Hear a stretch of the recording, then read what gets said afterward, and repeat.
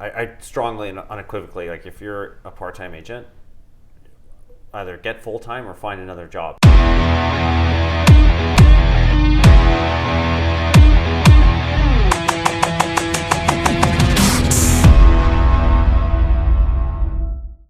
Welcome to the latest episode of Over a Pint. We're back in Vancouver again. This time we're filming with Christopher Alexander, the president of RE/MAX Canada.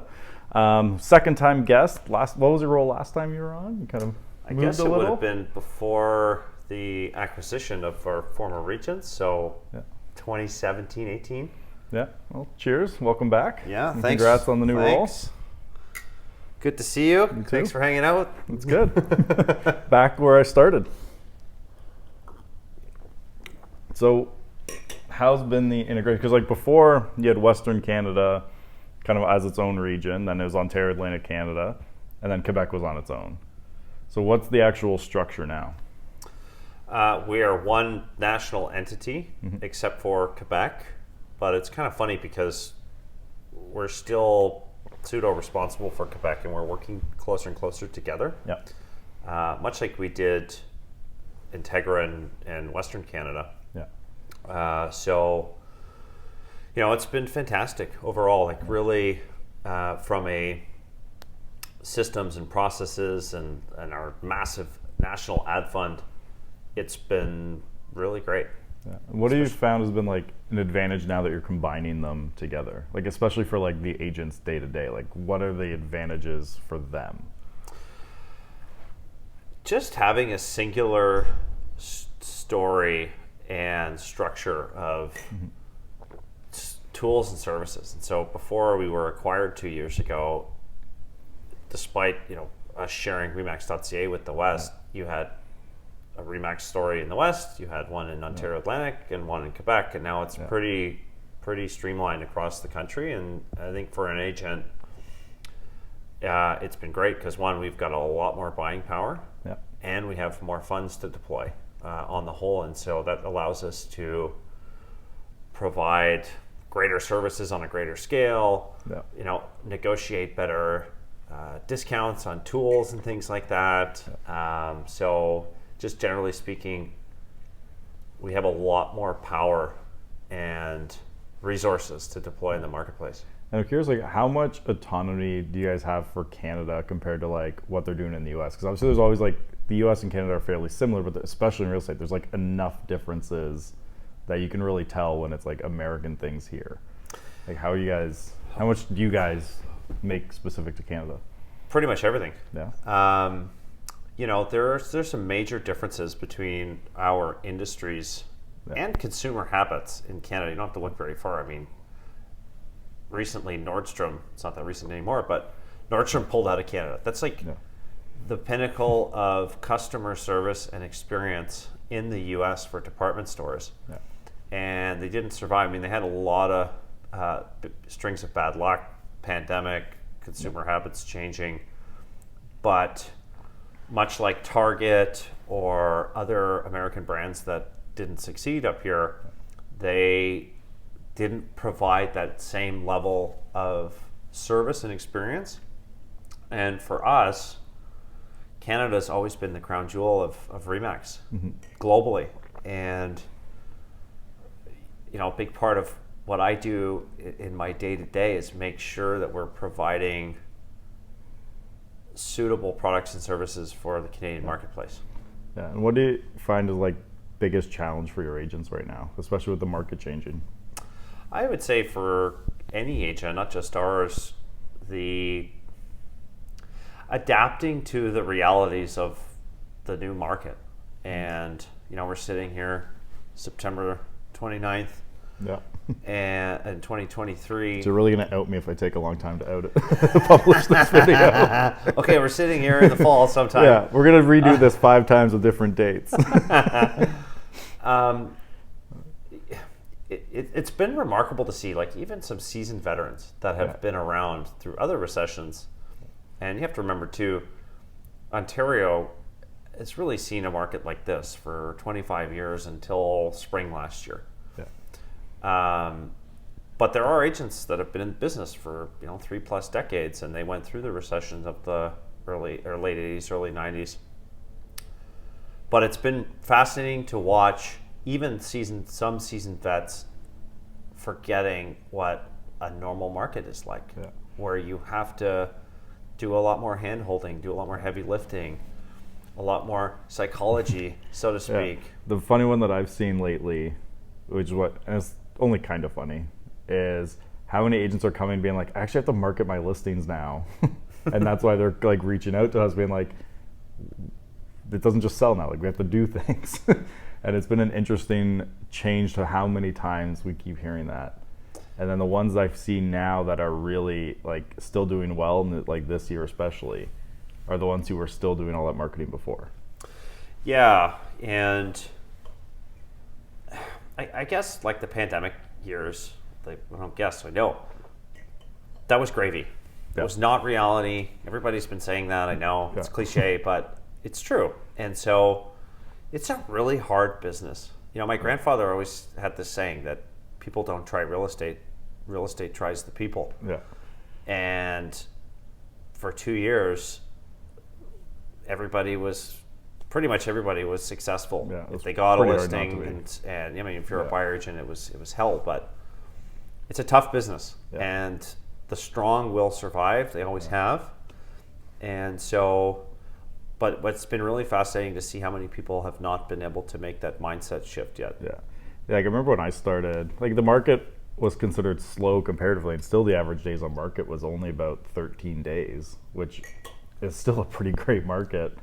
And that was tough. Like I remember my first Christmas, I had to take a job at like a minimum wage toy store job, pay the mortgage because it was slow to get going. I think everyone expects to come in and just like, I'm going to do 2 deals my first month. So I think it took, I did a bunch of leads. I think it took me 6 months to do my first deal. And then it did pretty well after that. But yeah, it was a funny stretch, like coming in. I got a deal the second house I ever door knocked, thinking this was going to be the easiest business in the world. It did not turn out that way. Yeah, I mean, it's so easy to get a false sense of security, and you get a string of good luck. Yeah. Even myself personally, like similar. When I started selling, I sold like 3 homes in the first month or 2. I think it was 2 months. I mean, my sister gave me a deal, but so that helped. But then I thought the same thing. This is easy. I didn't sell anything for like 6-7 months after that. Yeah, you said like, oh, this I don't have to do that much, and then completely different. And we see that all, and it's like, and you probably see this a lot too. Like all the agents just looking for like, all right, what's that silver bullet? I just need to do this one thing, and it's all going to come easily. It's like there is no silver bullet. Yeah, it's a lot of work. Yeah, like there's no one campaign that's going to solve every problem you have in your business. And we see that a lot that people do. Now on the recruiting side, like when you're looking at, because obviously at like your level, you're also looking at like how many agents do you guys have, and everyone's expecting agent count to drop over the next little while between like, you know, ORWP might drop some agents off, you know, the slowing market, some people might not stay in the industry. So like what are you guys doing to prepare for the potential drop that you're going to see in agent count? Well, we actually see a huge opportunity now to grow in a big way. And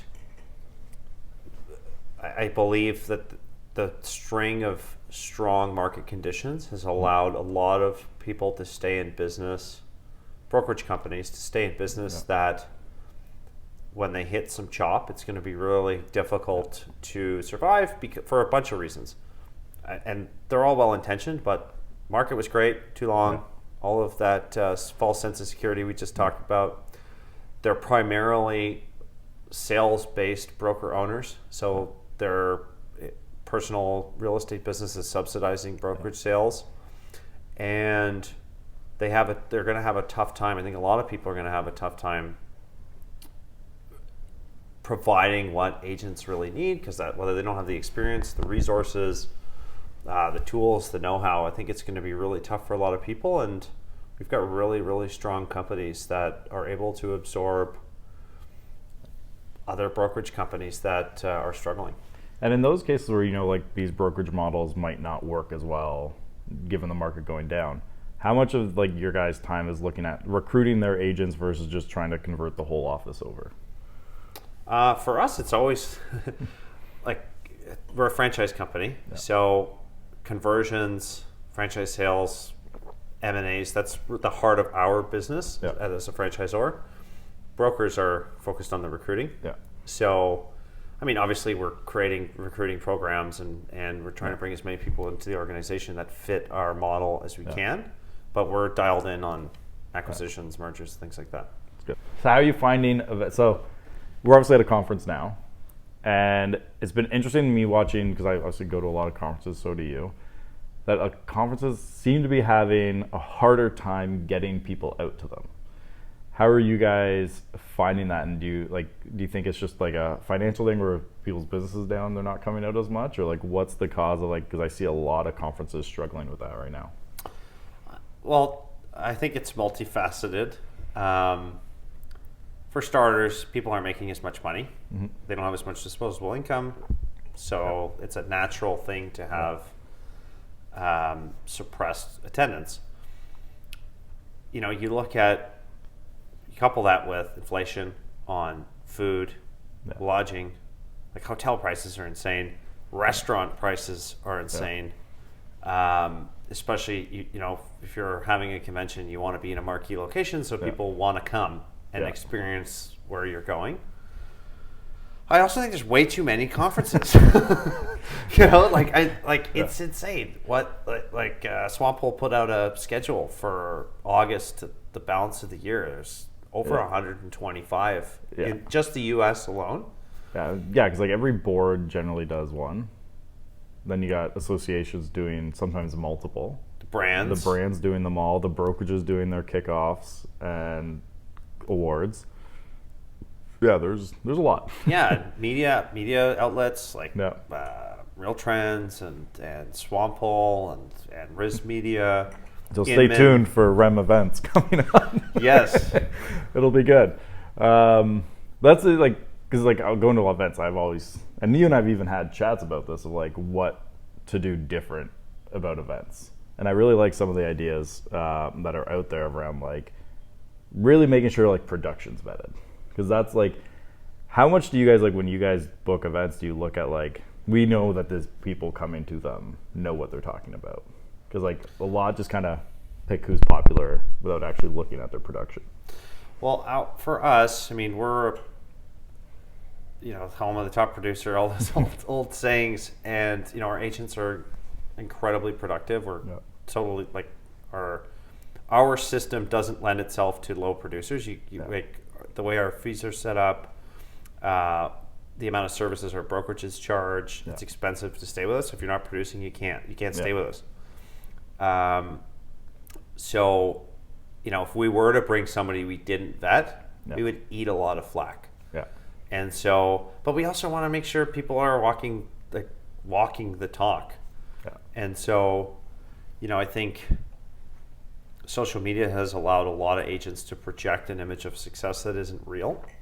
Yeah. And that story's coming out from a lot of people now. I'm seeing like more people talk about, okay, are you actually doing any real business? Which I think is healthy because, you know, we're handling people's biggest transactions. This is a profession.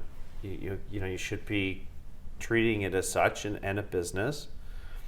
And, you know, just parading people out that aren't very productive and aren't delivering that level of excellence that I really believe it's a responsibility thing to deliver. It doesn't sit well with me. Yeah, me neither. And I'm curious on like when you look at like RE/MAX for Canada as like the responsibility, both on consumer side and the industry side, like where do you feel like RE/MAX like responsibility to get involved ends, like, and like maybe where like associations take over? Where do you wade into the debate that's maybe not necessarily RE/MAX focused versus like just more of like the greater industry? Well, you know what I mean? We've always kind of labeled ourselves as stewards of the industry, but there are certain lines that we won't cross because it's not our lane to be in. And how do you guys kind of pick what those lanes are? Like, what's those guiding principles for that? It's hard to define, but I would say like a lot of certain industry policy that's bred within our industry. Yeah. Like if the government comes out with some ridiculous policy that is going to have a terrible effect on the marketplace or consumers, foreign buyers, for example, we're all over that stuff. Like we're constantly in the press telling, like this is not a good idea, and you should like consider this instead, because we've got the boots on the ground. We're talking to consumers in real time, and so we're able to tell a really accurate story. But there are some debates that aren't really our fight, and I think though we want to make sure, or we're constantly trying to encourage the best situation for the industry. But I know, and also some of our agents get disappointed that we're not involved in every single conversation, but there's just some things you don't want to touch. I know that feeling. What have you, like, so obviously, especially like between you and your family, you guys have been around now in the industry for what, 40 years plus? Ish? Like, depends how far you go back. Fair. So what have you seen, like, talking to people, being around it your whole life, like, is working for people regardless of the market?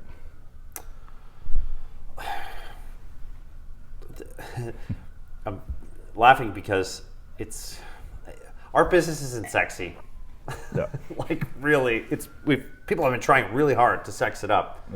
But the realities are the fundamentals of being successful in real estate are not. And so basics, talking to people, belly to belly, actually working, staying in touch with your clients, providing a level of service that is superior to your competition, putting yourself out there, being consistent.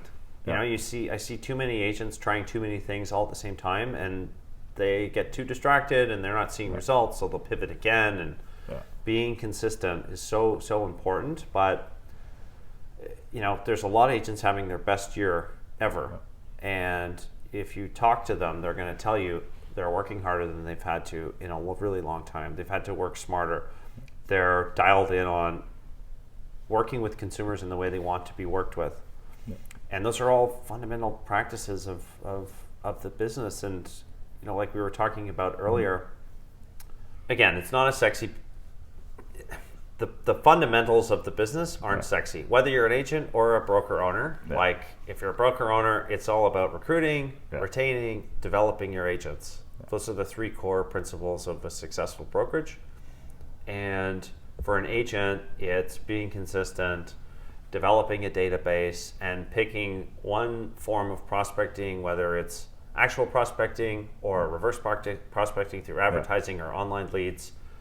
Those are your core principles. And so that hasn't changed. It's just evolved in how we consume those practices or deploy those practices. And so if you ask me, our lives as agents have gotten a lot easier, especially in the last five years. You can do a lot more with less time. You can be almost anywhere in the world and close transactions.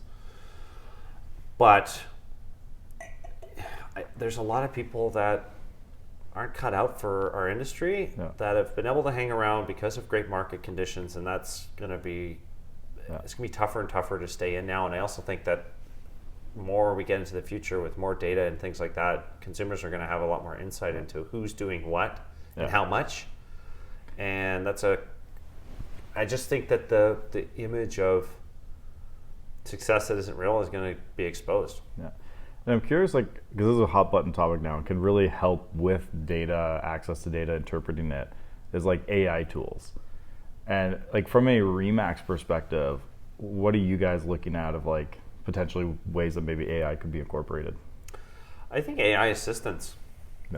I think that is a huge opportunity for every agent to get on top of how can I have an AI that will help me manage my day-to-day tasks that aren't revenue producing. And so thinking about the business of like my highest and best use is being in front of people to generate more business. So I'm at a coffee shop, somebody sees the balloon on my lapel, hey, how's the market? That's a great opportunity for me to generate more business. But then I'm thinking, okay, this guy asked me for all this stats and data. I'd love to be able to talk to my AI and say, hey, give me this market report, pull up the last 5 sales within, the last 6 months of this guy's address and send it to him. Yeah. Like, that's coming. And I think that's going to be a huge breath of fresh air for people. I've been looking at that because I was looking if there was a way to do it for REM. And right now I don't have access to the data to do it well. Would be the idea of like, for brokerages, of like getting agent production data, be like, who's done the most deals in this neighborhood between this window and this window? And being able to just plain language type in what you're looking for and have it all pop out. Like, there's so many cool ways. You just need to be able to build access to the data to actually build it. But like, whether boards do that or someone else gets access and does it, there's some really cool options there where just mass interpreting. Yeah, and that's going to be a big help. I mean, I think the most successful agents, it doesn't matter what company you're with, they've got a set of systems and tools that they use. Most of them have assistants. Yep. Right? They might not necessarily be a team, but they're going to have some level of assistance. Whether it's here or overseas or... or a person sitting in their office that's managing paperwork and all those things. And so I just see a huge opportunity for AI to help some of that along. I was talking to an agent at the conference yesterday who said, I'm having my assistant take an AI course on AI assistance. And I joked, I was like, so she's learning how to replace herself? And he said no, because she's going to be able to take on other tasks that she doesn't have time for today.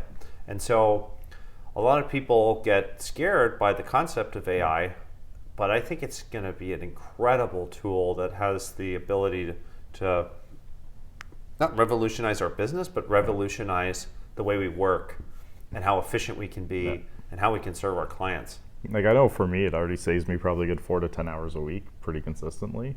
And like, even my staff, it's not that we're replacing staff with it, but they can each handle maybe 20, 25% more. Yeah. Because it's just so much more efficient, especially like anything you're writing that you get writer's block, you're not sure how to word. It's just like trying to say it this way and then just go. And just great. I just killed 30 minutes of what I maybe before would have had to figure out how to word this. Now it's there. Yep. It's nice and simple. Are you guys looking at like incorporating any of that into like Remax.ca? Yeah, I mean, we have an incredible vice president of technology, Francois Joubert. I'm gonna gloat a little bit because I hired him at Integra, and now he's running tech for all of Remax. Not bad. So I'm very proud of that hire, and he's an incredible guy, just a darling of a person, salt of the earth.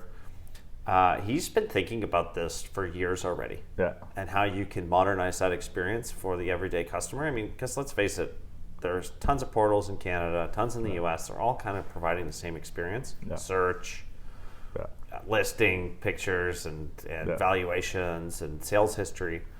But I think what he wants to do with AI is be able to give the consumer more ability to incorporate their wishes and their thoughts into a potential home. So like, for example, you got a 3-bedroom house with a 2-car garage that you'd like to see what an addition might look like. Yeah. You might be able to do that. And so there's a lot of neat things that he's working on and the brand's working on, but I really think the big opportunity for AI is assistance. Yeah. That's where we're already trying to bring in as many can. And there's some cool use cases I've already even seen of agents putting together that would be really well at scale. Like, I was talking to one who he uploaded the Landlord and Tenant Act and then created like a chatbot only trained on the rights and regulations of tenants and landlords, so that people can come to his site and interact when they have questions about it. And he did the same for Tressa. So it's like agents coming on to learn about how Tressa is going to impact their business. There's a chatbot now for his agents to come in and just answer them. And that saves so much time just constantly answering questions and all those things that, like, there's so many cool, just thinking about them and then figuring out how to deploy it. Well, the great thing is like, it will allow us to be more focused on what actually drives you revenue. Yeah. And all this, the details are super important. Don't let me belittle it, but like, for most agents or entrepreneurs, they're either drivers or their eyes on the disc profile, most of them aren't very good with details. Yeah. There are some, but most aren't. And I think this is going to be a wonderful way to provide an experience that is, something consumers haven't had in a lot of cases unless they're dealing with top shelf realtors. I'm curious on the disc profile. Have you done it? Yes. What's yours? DI. I'm a high DIS with no C. Everyone on my staff is pretty high C. Yeah. I was like, just let's make up for it. I'm ID actually. Yeah. So I can be incredibly patient, but then I get to okay, let's get on with it. Yeah. But that's funny. Most people in our business have no C. Yeah, I have none. But my staff, I specifically, you look at theirs, they're almost that opposite of they're all high C. Yeah. And I was like, at least I figured people who can handle my weaknesses. Well, you surround yourself with talent that you don't have. That's great. Yeah, it's perfect. So obviously a lot of people, vendors, would come to RE/MAX and be like, hey, we got this great solution for you. You just need 10 minutes of your time. How do you actually, when you're looking at new providers coming into a network like RE/MAX, what are you doing to vet them to be like, this is worth us promoting to our network? I really rely on my team, and I'm also a broker. I own a brokerage with my sister, and I try to put myself in the shoes of an agent. Can this actually work? But I talked about distraction earlier. I get probably 2 or 3 people a day reaching out with some great new revolutionary product that's going to maximize profits and cut expenses. Yeah. It's that magic pill we were talking about. Yeah. You spend a lot of time. You're kissing a lot of frogs. Yeah. And not most aren't going to turn into a prince. I will say though, I made a conscious decision 90 days ago to I'm not answering them anymore. Yeah. Not for a while. There's way too many more important tasks. I think our agents in our system have enough to work with right now to be able to hone in on the changing market and developing their business and growing their revenue. But it can be so distracting. Yeah. And somehow these vendors have figured out that we're all salespeople, and salespeople are the easiest people to sell to. Yep. And when you package things out like it's the greatest thing in the world, it's so easy to get distracted by it. And if you just do one deal off of it, yes, it'll pay for itself. But I've consciously decided for the foreseeable future, I'm gonna just tune that stuff out. We know what we need to focus on right now. We know what we want to get to in the long term. And so, I'll open up those doors again probably early in the new year. But for the next, 90 days, I'm just dialed in on growing our business. That's good. I'm curious, from the RE/MAX corporate level compared to brokerages, how do you split out the responsibilities of let's use training, because that's where I was worked at when I was at head office, so it's an easy one to think about, is where the responsibility of training ends from a RE/MAX level versus what they should be doing at the brokerage level? Well, what we've learned through trying to do it all and scaling back and then being specific, can't be all things to all people. Yeah. I believe that the broker owner has their job, their role. Yep. I talked about it earlier, recruit, retain, develop. Development is part of training and education. But we also have a tremendous amount of tools and systems and services that people need to learn how to use. Our Max Tech powered by KV Core, that is an incredibly robust platform that requires a lot of time and attention to understand just how to use it. Yeah. And so, we have to have the personnel to deliver that education and training on how to use those tools and services. But there's also we're a sales organization. Yeah. So we love teaching agents how to do more business. And so we're always going to have, whether it's a discount to an event or hey, we had, a master trainer talk about this topic We've recorded it. It's on our agent broker hub. Check it out. Yeah. You're going to have that, but we're predominantly focused on showing agents how to get the most out of our tools and services. And then letting the individual brokerages do the more in-depth training. Yes. Yeah. I remember I was trying to get to buy a membership thing before I owned REM, and that was their point. Is we can't compete with our brokerages by offering training through this. Well, that's an interesting point. I've been hearing it a lot from boards and associations that's becoming an issue. Because some brokerages look at it as it's their competitive advantage to offer this training. So should a board, association, or brand basically be lowering our competitive advantage, but then you still got to raise the bar? I think you have to it's all in how you look at it to a degree, but I am hearing a lot more chatter about that from people in the association. So I'm feeling they're getting the pressure. For me, I think this is my personal opinion. The role of the broker owner, again, recruit, retain, develop. Yeah.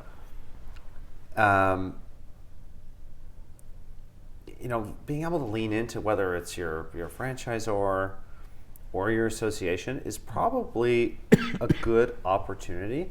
And if you see how the business and the industry's evolved over the last 50 years, whether it was a portal doing more education and training or taking some of that value prop, I guess what I'm trying to say is the business evolves. I just don't what bothers me is boards and associations propping up subpar operations that aren't in it for the right reasons. Yeah. And so to expand on that, if you're I strongly and unequivocally, if you're a part-time agent, either get full-time or find another job, because you're playing with people's biggest assets, and the opportunity for error is too great when you're not being consistent in transactions. And so that's kind of bothers me if you're allowing companies that predominantly cater to part-time and low production to stay around because they're I'm getting sales training from my board or education on the new policy that the province just rolled out. That, I think, is a problem. You shouldn't be propping up companies that shouldn't be in our industry. Yeah. And is that something that behind the scenes you try to influence, or it's just you gotta kind of is what it is? And well, I think we're fortunate though. We're almost 150,000 agents around the world. Yeah. Incredible revenues.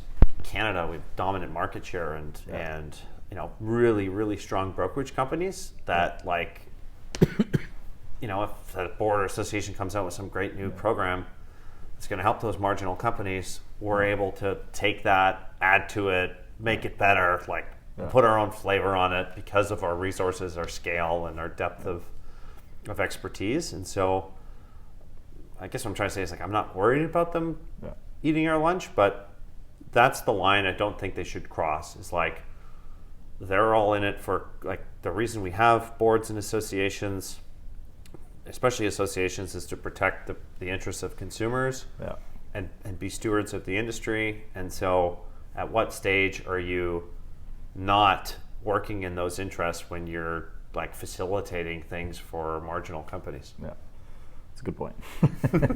Long way to say it. But. Yeah, it works. Gets the job done. Oh, I do remember one, because this also someone was mentioning it today.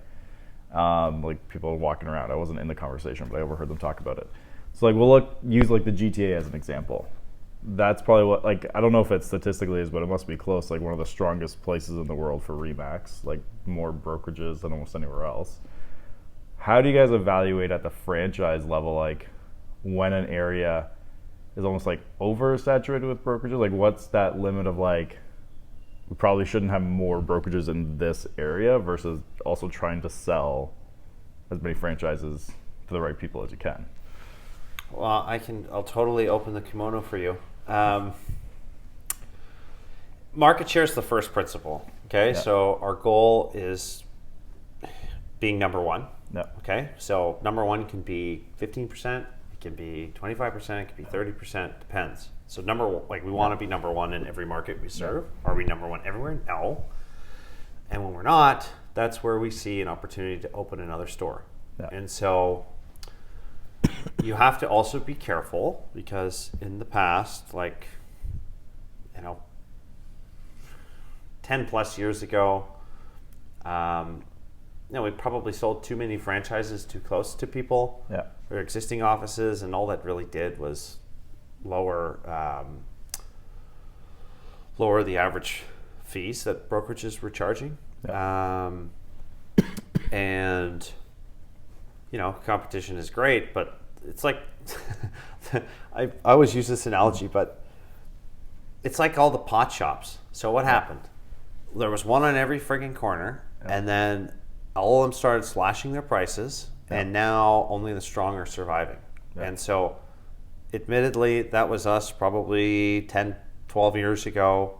We've made a conscious effort to be a lot more strategic in where we're opening, and we're really thriving. Like, if we have good market share in an area, we're not gonna we probably get, I'd say in a month, probably 20 to 25 new franchise inquiries every single month, and most of them are agents that are thinking about opening their own brokerage, and we turn 99% of them down. And so we're really looking at conversions, and so if we've got good market share in an area and a strong quality competitor with a good reputation is I want to make a switch to RE/MAX, we're gonna make that happen. As long as we're able to. And how much do you look at for that, having them open as a new one versus having them be absorbed by another brokerage in there? Is that just the willingness of the owner coming over? So our goal has been to really strengthen our existing franchise base, and we've had a lot of success with it. What we found, though, is when we're doing a conversion, we've been trying, hey, there's no sense in you being 5 kilometers away from Sally, broker owner Sally, or RE/MAX broker Sally, and having your own 2 sets of deal processing, 2 phone systems, everything. Maybe you could consider combining, but people are entrepreneurs, and they've built their own thing, and that's a tough conversation to facilitate and to gain any legs. But we're methodical in it, and I've believed for some time now that the future of brokerage is being large. You're going to really need to have economies of scale to be able to deliver services at a reasonable price. And so, if we can make something like that happen, we will. It's just it's difficult because of independent ownership. Now, looking at future, let's say 20 years from now, your kids, they're old enough to sell real estate. What do you think it would look like for them if they got into real estate? How will the industry be the same and different, do you think? Certain things have never changed in our industry. The relationship piece, that's really what, if you think about what we do, we build relationships that help people buy and sell homes. So that I don't think will change. 20 years from now, I think you're going to have a lot more flexible. That's a hard. I'm always thinking 5 or 10, but 20 is a lot can happen. I think the life of the realtor will be a lot easier. Your quality of life will be better. The job's still going to be hard. Real estate, trying people, that whole thing. But I think you'll be able to be more efficient. We've made huge leaps in the past 5 years alone, and I also believe that consumers are going to have a lot more insight into who's doing what and how often, and I think that's going to be a good thing for our business. You know, I remember I predicted once to my uncle that, you know, in 10 years we're going to have a lot less agents because of that. He said, "Oh, I've been predicting that for 15 years and it's never come true." I feel like I've only been in the industry 10 years now, but maybe a little more than 10 years, and there's always that of like, this thing is going to get rid of agents. This thing's going to get rid of agents. And the agent count keeps going up. I just don't ever see that happening because of the emotional part of the business that is so, we don't talk about it enough. It's such an emotional thing. Like, I just sold my house I was in for almost 9 years, and we bought a new house. That was an emotional hell of roller coaster, and I think it's so easy to forget that piece even when you work it every day. Well, I think too, like, because I see the consumer threads where they're complaining about how easy it is to be an agent and how you can do it yourself, and then I'm always like, if the deal goes perfectly smoothly, you can do it yourself for the most part. Like, yes, it's still, I think the numbers, like I remember when I ran the numbers, FSBOs versus agents when I sold, it always paid to hire the agent. But like, the second the deal goes sideways is when you need them the most.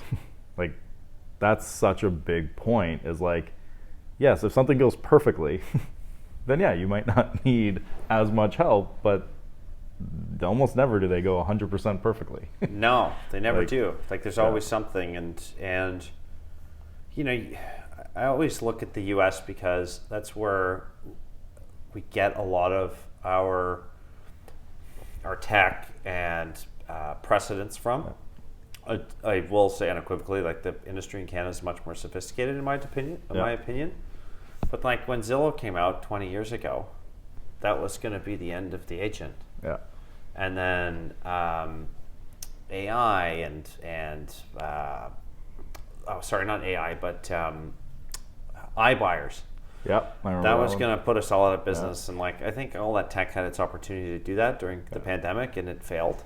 Yep. It only worked in a good market. I think like, people, so a couple things. One, people don't like realtors because most agents sell nothing or very little, and they provide a shitty experience, and the perception of the agent is not good. It's gotten a bit better in the last year because we're actually having to work and provide a lot more.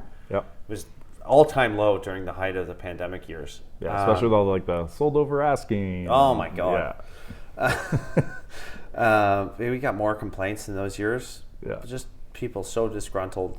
But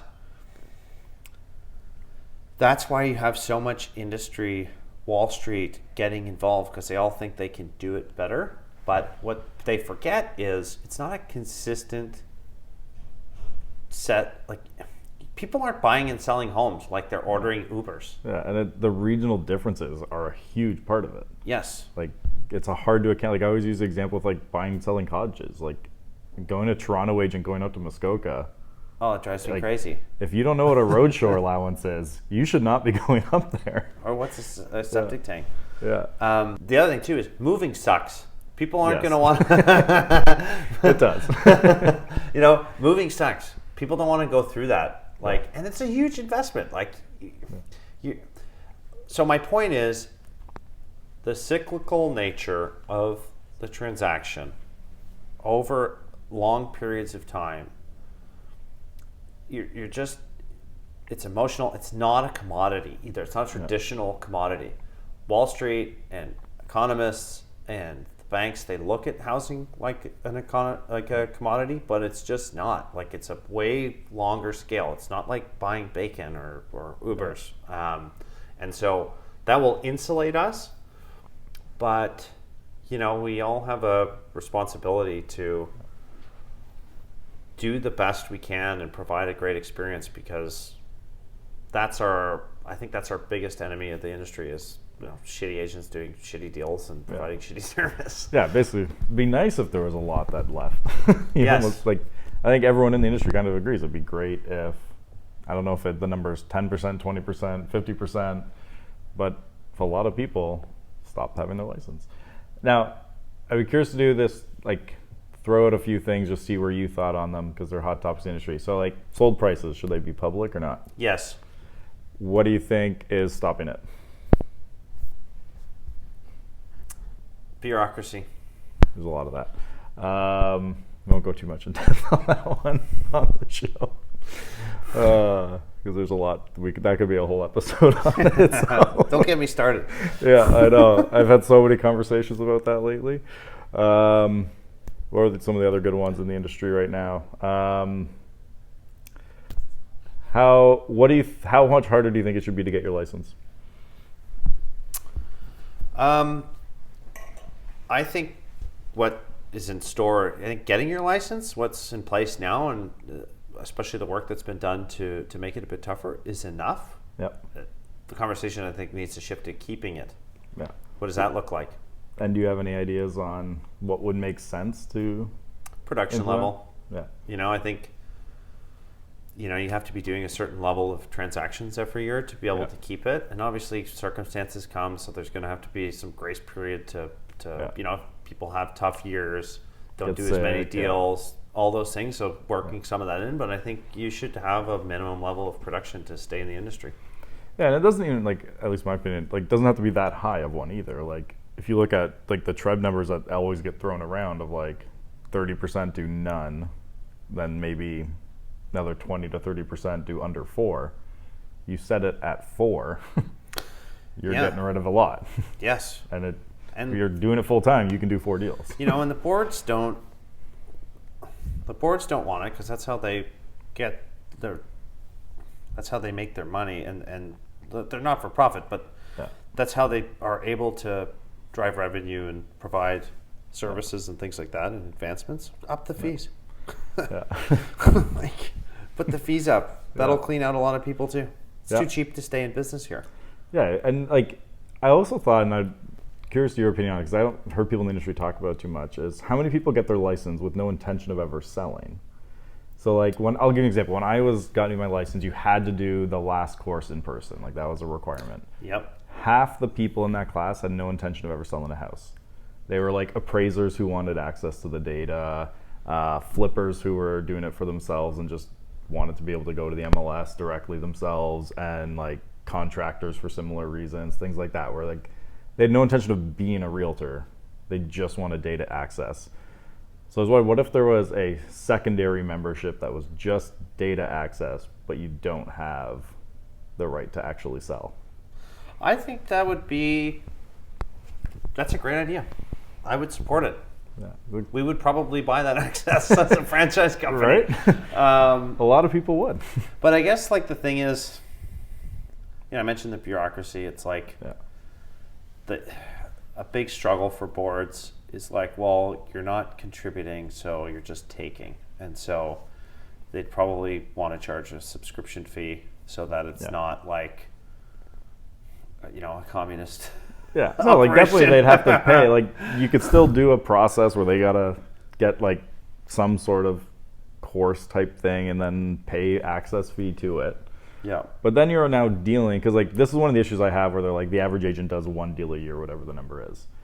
But that is, to me, a very misleading figure, because you get the appraisers who just want the data. You get licensed assistants who are never trying to sell a house. You get team members where all the deals are going through the team lead instead of them. You get people from the board next to them who are just on there for access, but all their deals go through their other board.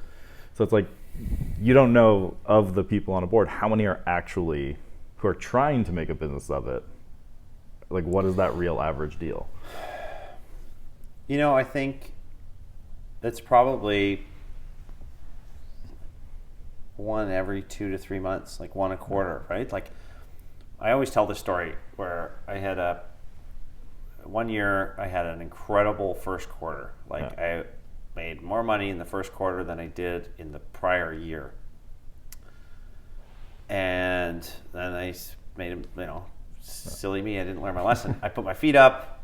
I didn't do any deals for another 5 or 6 months, and there were some new rule changes that came out during that time. The next deal I did, I screwed up so many things. Yeah. Because I wasn't constantly doing it. Yeah. And so I just think the opportunity for error is greater when you're not consistent. The other thing though is people getting their license just to have access to data, I think is a big red flag. Like, Yeah. that's weird. I think different organizations having a class of membership is a good thing. Yeah, like I used this example in a REM article recently. Like I went to the National Speakers Association, and it's actually interesting how similar a speaker's business is to a realtor's, because you're not doing that many a year. So someone doing 50 is a very, very good speaker. Someone doing 2 or 3 is not that productive. Yeah. Fees often are similar on a commission level. So it's like and there's a lot of similarities I found there. But what they do is, like, anyone can basically become a member. Like they do have like, you should do this many a year, but it's like, to get the certification that you're a professional speaker, you have to do 200 talks over a 10-year period, at least of like 4 of the last 5 years or 4 of the last 10 or something like that. I forget the exact numbers now. You have to do at least 50,000 in revenue directly attributable to talking or to speaking. And then you have to then provide like the references of all those 200 plus talks and submit them all to be vetted. And then you're a professional speaker now. And then there's even another level above that of like, now you're in what they call like the Hall of Fame. But it's that interesting one of like, I would love to see something like that come into real estate, where it's like, all right, there's this class, like you come in, you're an agent, then there's like, now you're a professional agent, right? Like that put some I differentiation. Think, well, I was just thinking about like, Instagram with their blue check mark. Yeah. It's like, it's no different than that. Yeah. And I think all that's good. I mean, like there's already designations in our industry. Like you can be a luxury specialist, you can be commercial specialist. Like they have those, but I'd like to see one at like an association, like one where it's the industry coming together, not like, because like a REM could start a professional realtor certification, but like it doesn't make sense, right? Like it's just they just become a for-profit thing for us. Like I think you want to make more money though, right? So yeah, but I think it'd have more weight coming from coming from the industry itself. Of like, we're going to raise the bar now, but then you have to get the agents who aren't producing to vote for it, which they won't. No. It's like we're one of the few industries in the world that you can have almost no education and make an incredible life for yourself in business. I was looking at our top 20, like a list of our top brokers for something coming up and their education history, and there was only like maybe 2 or 3 that had post-secondary. A lot of them haven't even finished high school, and they're like our best companies. Yeah. Well, it's like I don't think that I get the argument when people say like you should have to have a university degree. I don't agree with that. Me either. Because like if you put the work in, you can be great without it. Like that's coming from me. Like I went to university and did all that. Like I think it was a great experience, but you don't need it to be successful in real estate at all. No. As long as you know the rules and regulations and you work hard. My grandfather had a grade 6 education, and he created one of the biggest real estate businesses on the planet. Yeah. We should wrap up soon. Okay. So if people want to reach out to, whether it's you or Remax in general, what's the best way for them to get a hold of you? If you want to reach out to me, C. Alexander at Remax.ca. Instagram is Chris Alexander at Chris Alexander. Anything Remax, just go to our blog, our website, Remax.ca. Perfect. Thanks for tuning in. And I don't know who the next guest is or when we're going to air it. So you'll see. By the time this comes out, I'll probably have filmed it. But I'm going to say that and then it won't happen. But stay tuned. Thanks for tuning in.